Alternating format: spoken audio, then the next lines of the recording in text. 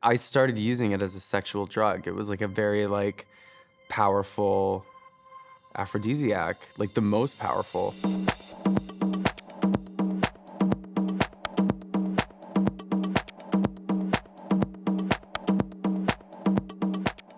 I work at the Moss Park Overdose Prevention Site as an overdose response worker. I was introduced to drugs as a kid, like when I was 14. I think I did my first line of blow. Maybe 14, I did my first ecstasy.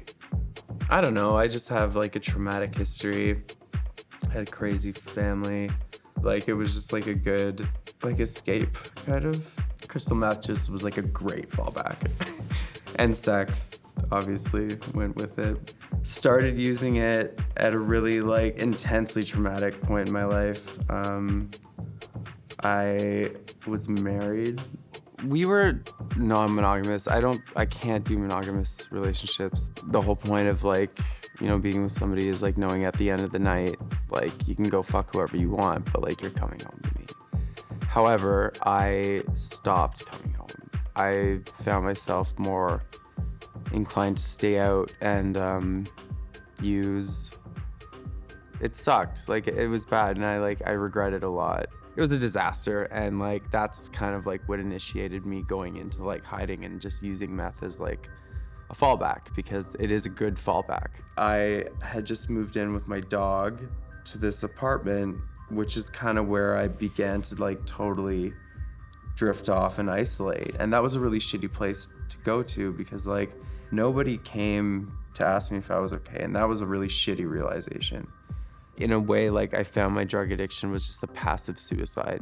I just didn't care. I had given up. That's when G kind of kicked in, and like that's why I adhered to that so much.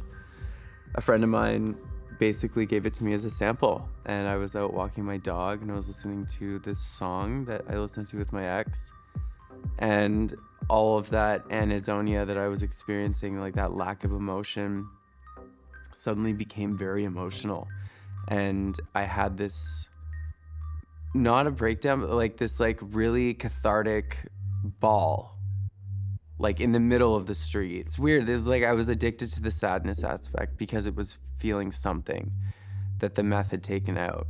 When you're doing it with meth, it has a lot of like, you think that you're calming yourself down, you're balancing out, but you're not. You're really actually just like amplifying whatever psychosis is happening, especially when you're in that state where it's like you're constantly on the verge of withdrawal. The day where it was like the turning point was when I dropped my last 30 mils into this carpet. Oh man, I sucked it out of that carpet, and that was like the worst moment. And I'm just like, all right, we're done. Like I gotta get off this shit, I can't do this. There was no methodology or tool that I used. It was just like almost like a self-love. You don't need to do this, so just don't. And that's like the only time that's ever worked on me. Like it was just my brain being like, just don't. It sucks because that doesn't happen for a lot of people. That's why you see people that are like lifelong addicts. They never reach a point where they're like, I just can't do this anymore. Actually, I credit the OPS with like really saving my life. They're like my, you know, heroes, people that have like fought so much and like they've allowed me to be a part of that scene. It was that kind of shimmering hope where I was just like, okay, cool. I didn't have to be alone for like those years. I'm actually really happy that I fell into what I did because it made me understand that like there's like a humanity behind every drug user. Everybody has their own unique story, and like how they got there is often complicated.